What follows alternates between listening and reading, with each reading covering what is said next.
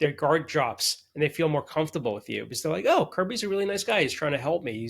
He's giving me all this information when I haven't even really even asked for it.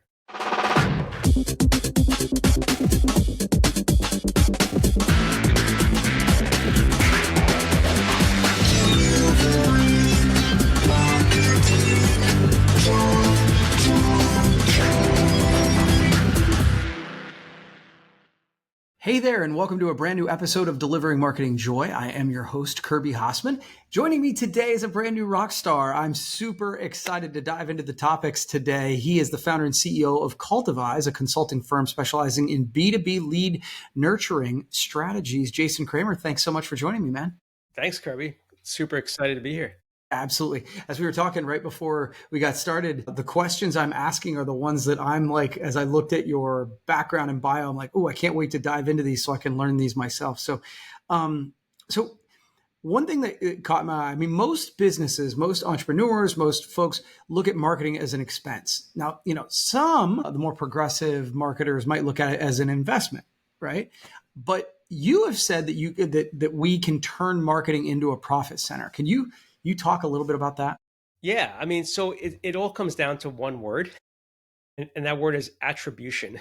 Most often, whether you have a CRM and maybe you're just using a spreadsheet, to manage. And for those that don't know CRM, it's really just a way to kind of organize all of the contacts you have, whether they be opportunities, whether they be prospects, whether they be vendors, right? Or people, past customers. But regardless of what you have, the common thing that we find that most businesses don't ask, and this is both in retail, it's in B2B, it's in direct to consumer. Phone rings, email comes in, you speak to somebody. Hey, Kirby, thanks so much for reaching out to us. Before we jump into it, if you don't mind, how'd you hear about us? Right? They don't ask that question, Kirby. And I don't know why. I don't know if people sometimes feel uncomfortable or they just want to get into the sales conversation, but really understanding where people are coming from and not only where are they coming from, but to have like a group of, 5, 10 different options to be like, okay, for example, we do let's say Google AdWords, right? We're on Facebook, we're on LinkedIn, we have yard signs because we're like in home services, right? Whatever it is, you have your list of the ways people find out about you, networking groups. And when you ask that question, you make sure in whatever system you're using, even if it's a Google sheet, you have a drop down of all your choices and you're always picking that. And then if you're able to then compare to be like, okay, we spent this much money on our Facebook ads, then you can correlate to say, this is how many leads we generated. Out of 25 leads this week, how many were qualified and how many actually closed? And that's where you're able to kind of bridge the gap between marketing being an expense versus a profit center. Yeah, I'm totally with you. It's funny. My wife is an entrepreneur as well. And so she often teaches me lessons by me just paying attention to her. And that happened just the other day where she was just like, let me ask you how you found us. And I was like, daggone it. I always forget to ask that because I'm like, kind of like you said, I'm always excited to just jump into the sale. And I think you can really gain some great insights there. So that's good Absolutely. stuff. So, and speaking of that, I just mentioned, man, we all want to get to sale right away. But, I do think one of the things that we do focus on is nurturing those folks who maybe they come into the funnel, but they don't buy. So how can nurturing leads help to convert them into customers? Well, so there's a study that shows that if you nurture leads, over 40% are more likely to actually make a purchase from you, whereas if you haven't nurtured them at all. And for those that aren't, unclear on what nurturing is, it's not just a series of automated emails. It could be that, but it also could be phone calls. It could be reaching out on LinkedIn. It could be in-person conversations and meetings. And the whole point of nurturing is typically you see that when there's a longer sales cycle. So of course, someone's selling a bouquet of flowers, you're going to buy them or you're not, right? I mean, you need them that day or the next day. There's really no time to nurture. But somebody that is doing research, they're looking at your competitors. They have an event in 6 months and they're just looking to be like, okay, what kind of swag am I going to buy for that event?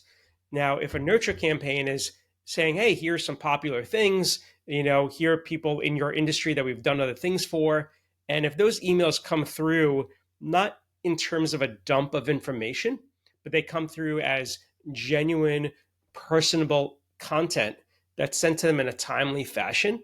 and it's done so with, like integrity, if that makes sense, Yeah, totally. then the person's like, okay, Kirby's not asking me in every email, when are we going to sign the contract or when are we going to get a meeting? He's just giving me information that's actually really helpful for me because now I'm understanding what the opportunity are and the options are. And so when you nurture, guess what happens? The person starts, their guard drops and they feel more comfortable with you because they're like, oh, Kirby's a really nice guy. He's trying to help me. He's giving me all this information when I haven't even really even asked for it. And he's giving me things I haven't even thought about. Right. And so, and it could be tips. So for example, like we're talking about like kind of swag and stuff. Maybe there's production time. Oh, you want to get those custom mugs done for the show? It takes 3 to 4 weeks. Did you know it takes this long? Right. Don't call me the day before the show because the product won't be ready, right? And so yeah, you definitely want to do that. And yes, it's not complicated when you have a system, and a CRM or a marketing automation tool that can do that. But the other piece of this is, and we're going to get to, I know, talking about newsletters in a minute, is you want to make sure you have a tool that's tracking the engagement. So yeah, it's helpful to be able to nurture and to send out all these emails or drop phone calls and things like that. But if you don't have a system that's monitoring that and seeing who's engaging and letting you know and saying, hey, Kirby, hey, Jason, this person's raising their hand. This person's been back to the website 3 times this week. You might want to call them. Then, you're really not serving yourself and your sales team all that well because you're doing all this work and you're not getting as rewarded if you don't know who's actually engaging. That's a great piece right there because it leads so nicely into my next question. Because one of the ways that we nurture, we've been doing newsletters for, we'll be celebrating 20 years here, and Oh, congrats. that was one of the, thank you, that was one of the ways that I'm like, okay, this can be a way for me to get in front of people when I'm not asking them for money, right? Like I can, and so we do it every Monday. But how can I? That's sort of our nurture thing. But how can I optimize my newsletter to get more sales insights? All right. So here's a few things. So one is you mentioned every Monday, and that might be doing great for you. I don't know. Hopefully, I'm sure it is. We always like to experiment, right? So try different days of the week, different times of the day. So some systems, when you send out your email, will actually recommend the ideal time to send based on all your data. So it says, okay, you send your email out Monday at 8 a.m. Most people are opening it Monday at 2 p.m. Right. And so if you have a system that's recording and reporting on that, that could be really useful. Another thing I really like to do too, in just terms of engagement, we'll get into the sales piece, is even if you had, and you said, Jason, we have a 60% open rate. I'm like, Kirby, that's great. That's like great for industry, right? What about the 40% that aren't open it? So what we always like to do, and I assume, Kirby, would be fair to assume that your email is what I call like a beautiful email. It's got photos and graphics to it, right? Okay. So you take all your non-openers, you wait like, typically 48 hours, 72 hours. I actually wait a week on when we do it for ourselves. So if an email goes out, in your case on a Monday, I'd wait till the following Monday or Tuesday and send out a completely different version of that email. So the content, and we use actually AI to help a lot with that, where we'll say, hey, here's the email we wrote, create a few alternative subject messages, and kind of we tweak them our own, and then take all this content that, let's say, might be 800 words, just to use a number, and rewrite this so it's condensed under 250 words. And then we send out a text version of the email, so a plain text version. So there's no graphics. The only thing that's there is just our logo. There's no visual buttons, and the email is coming from me directly, so it's Jason, right? And it makes it feel like I sent you this personal email when it's really the same content as the newsletter. It's just in a different tone, and we actually see a really good bump in engagement on those emails to the people that otherwise completely ignored the first one. So that's Interesting. one thing that typically you could try. We've seen really good results with that. The other thing is all about like experimenting, right? So what I find with the emails, well, first off, you want to have as few links as possible. So the more links you have in an email, the more susceptible it is to get into the spam folder or promotions folder, right? Because it's like no one sends an email with 15 links. It's just, if you're writing an email in Outlook to somebody, it just doesn't happen. And so what sometimes people are mindful of, Kirby, are, and I'm not saying this, of course, about you guys, right? This is just more general sort of observations we've seen. They'll have, you know, in their messaging, they'll be like, a call to action, like click here to read this or see this, whatever it is, maybe a video and with a link. And they'll say on our website, and the word website is highlighted and it clicks to a link to the website, right? But in the footer, it's like to visit our website, visit. So the website's in there twice. And then they have all their social icons. So, right, if you have 5 or 6 social platforms, now you have 6 links of just social content, which not a lot of people always click on. And the reality is they know you. They can find you on Facebook and LinkedIn if they really wanted to.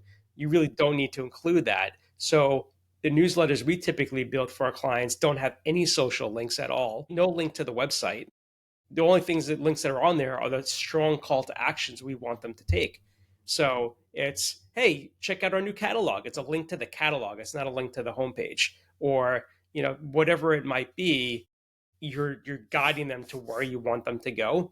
And then if you do have a lead nurturing system like we just spoke about before, you could automate that next step. You could say, if they get our newsletter and they click a link to view our new catalog or our new product, automatically 3 days later send them this email saying, hey, would you like to receive some product samples about this product that it seems like you might be interested in?